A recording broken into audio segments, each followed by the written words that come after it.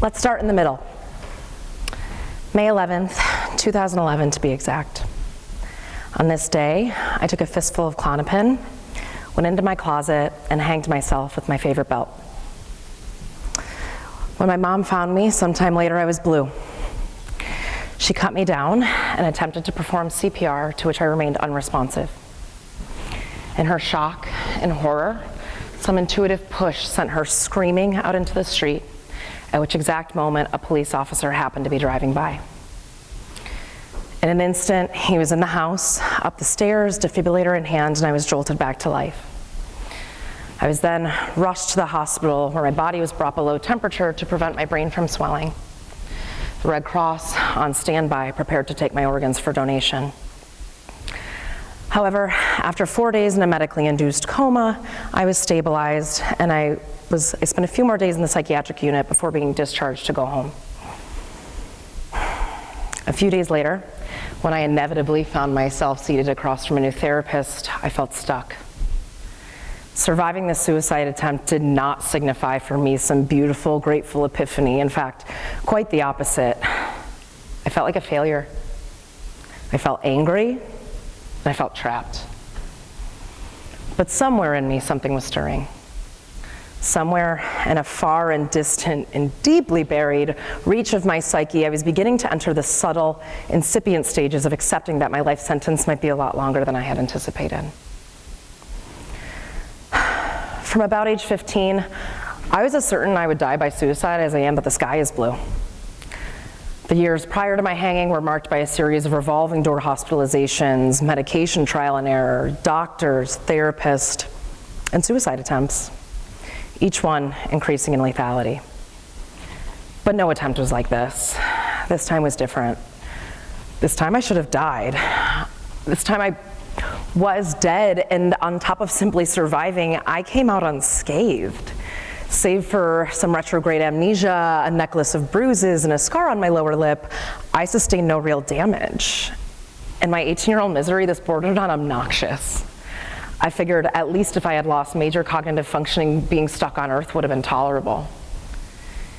It petrified me to think that I might not have the option to duck out early. And what followed from this acknowledgement was a second, much more profound fear. I would have to start trying. If I had to be alive, I just didn't want to go to the hospital anymore. See, I was quite supported throughout my dismal adolescence. I'm white, I grew up in an affluent suburb, my family was intact, I got good grades, I had friends, I played sports in school. My mom vigilantly monitored my symptoms, and both my parents ensured that I got to all my therapists and doctor's appointments and that I took my medication as prescribed. But even though I attended every appointment, I never showed up. I was completely unwilling to turn inward and honestly reflect on my emotions. It was too uncomfortable to even fathom. In fact, I would blatantly lie in order to avoid having to do so, a practice which I'm sure no one here is familiar with. It is a universal truth that if you're a human being for virtually any amount of time, you will know suffering. You will know emotional pain. And we all want to feel good. We are biologically hardwired to approach pleasure and avoid pain. We move towards a delicious smelling meal or an attractive potential mate, and we automatically pull our hands from a hot stove. Evolutionarily, it's pretty clear why this would be a favorable system. But it turns out our proclivities for pain avoidance extend into the realm of emotional pain. A person that's terrified of public speaking will actually move away from a podium in the same way that we reflexively pull our hand from a hot stove. And this emotional avoidance is deeply embedded into the fabric of our culture. Most of us have heard phrases such as keep calm and carry on, or good vibes only. Most of us have been told or told others, oh, don't cry, when crying is a perfectly reasonable response. Or, oh, it's okay, when it is plain to see that things are very much not okay. Well, the reason that this recoil response is actually maladaptive when it comes to emotional pain is insidious. When we remove ourselves from a physically painful stimulus, our body experiences relief. However, when we distract ourselves from our emotional pain or pretend it doesn't exist, that shame, that fear, that anger doesn't go anywhere. This is why even years and years after a profound loss, when grief inevitably sneaks back up, it hits us like a ton of bricks, and it feels like it just happened. I've had countless clients express deep grief about events from childhood.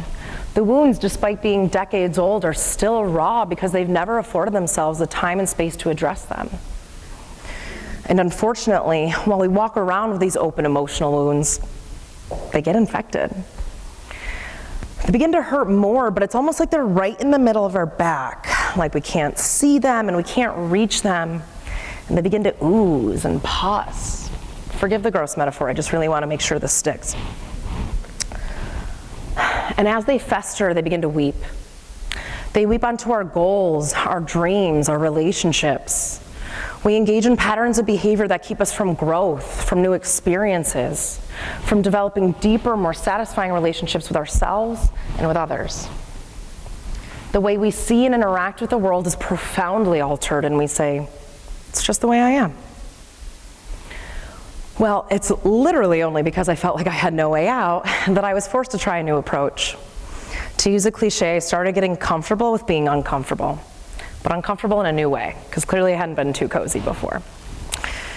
But I started cracking open, and I started getting honest. And not honest in a way that says I'd rather get tacos than pizza, but honest in a way that required vulnerability. Honesty that forced me to admit something hurts, something's wrong.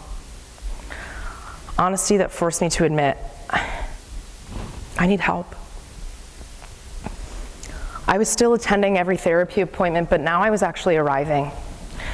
I came to my therapist's office prepared to make a mess, to confront my shortcomings, my insecurities, my anger, my despair. I arrived knowing that I might cry or have a panic attack. And through this, I learned, though these things were painful, they wouldn't kill me. I already knew that trying not to feel them would, and almost did.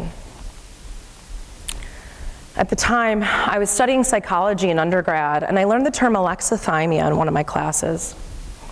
Alexithymia is defined as an inability to identify or describe one's emotions, and I immediately recognized this in myself. You may notice this in yourself as well, is this is an incredibly common phenomenon in our society where we tend to live almost exclusively in our minds, in the safety of intellect where things make sense. And very seldom do we truly inhabit our bodies. In my adolescence, alexithymia might as well have been my middle name. I truly had no idea what I felt unless I was anxious or suicidal, which, as it turns out, not an emotion. But as I slowly learned to identify what I was feeling, my emotions became easier to tolerate. I was no longer running from these dark, mysterious beasts, and some were certainly harder to sit with than others. Because I was able to ask them questions. In addition to learning their names, I learned where they came from and what they fed on. And something miraculous began to happen. When I gave these painful feelings enough time and attention, they would dissipate. And not always entirely, but even then, they no longer felt insurmountable because I was looking right at them. I knew what they were about. And then, because I no longer felt like the world was ending when things felt lousy, I started communicating more authentically in my personal relationships. I started voicing my needs and my disappointments, and I was able to receive criticisms and endure hard conversations where the stakes were higher. You know, because your therapist has to see you. But this allowed my relationships to heal and evolve in the most miraculous ways. They became so much more fulfilling because I was actually being myself, not this husk of a person who was avoiding their internal reality. And as a somewhat natural consequence, my career goals changed. I realized that I was unfulfilled in the world of mainstream mental health, and even though it was terrifying to pursue the unconventional path of psychic mediumship and life coaching, I was able to do it because I had enough evidence in my pocket to suggest that fear, disappointment, and rejection couldn't destroy me. And as it turns out, what follows from more satisfying relationships and more fulfilling work was new emotions. Ones that I didn't want to run from, but that I actually wanted to savor. Emotions like joy, like awe, and like the soft, quiet stillness of peace. While it's our natural inclination to avoid being with unpleasant experiences, we fortunately evolved these wonderful, uniquely human regions of our brain called the neocortex. The neocortex, and specifically the prefrontal lobe, allow us to engage in what's called top-down control over our innate systems. By attributing some narrative to an experience, we can intentionally override that reflex to move away from or distract ourselves from a painful situation. This is what we call on when we engage in strenuous exercise or stay in an ice bath despite our older reptilian brains screaming for us to get out.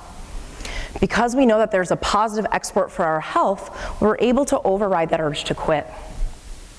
We can apply the same mechanism to our emotional pain. By reminding ourselves that the best way out is through, we can override that urge to distract ourselves or run from painful conversations or situations. We can motivate ourselves to stay in them for the sake of our liberation. Over the years, my relationship with suffering has become a playful one. And while, of course, I prefer joy, I've experienced that my capacity for joy and for love only expand when I'm willing to learn from and honor my pain. And even though by most metrics I'm actually a pretty joyful person, I continue to seek out experiences that can hold up a mirror at a new angle for me to see more of my shadow, to see where else I might be stuck. Whether it's working with a coach, meditation, plant medicine, serving the dying as an end-of-life doula, or asking my ex-boyfriends to write me performance reviews, if there is some darkness that I can shine a light on, I'm doing it. Just last spring, I was gifted a session with an Ayurvedic health coach, and as I sat in this session and this woman asked me a series of rather benign questions about my eating and digestion, I was so triggered because I had no answers. I was shocked at my lack of self-awareness in this arena. But I now know that that's a relatively normative artifact of my middle school struggle with an eating disorder. I know this because rather than taking that anxiety and discomfort I felt in that first session with her as a signal to flee, I knew that was a clear indicator I had work to do here. As a result of continuing to work with that coach, I've completely reframed my relationship with my physical body, and I now cherish it for the gift that it is. The catalysts for our emotional pain will be as unique and as varied as we are, though they go by similar names. Death, heartbreak, injury, illness, family or financial stress, navigating a global pandemic. We will all have these dark, mysterious beasts come knocking, regardless of the no vacancy sign posted out front. And yet, most of us would agree that not everything worth doing is entirely pleasant. Famed Swiss psychiatrist Carl Jung once said, "One does not become enlightened by imagining figures of light, but rather by making the darkness conscious." The latter procedure, however, is disagreeable and therefore not popular. Well, it's been nearly 11 years since I hanged myself, and I haven't been back to the hospital. Instead, I've created a life that I truly love living. Being with my darkness and embracing my suffering has been the direct route to my joy, and I think it could be the route to yours as well. Thank you.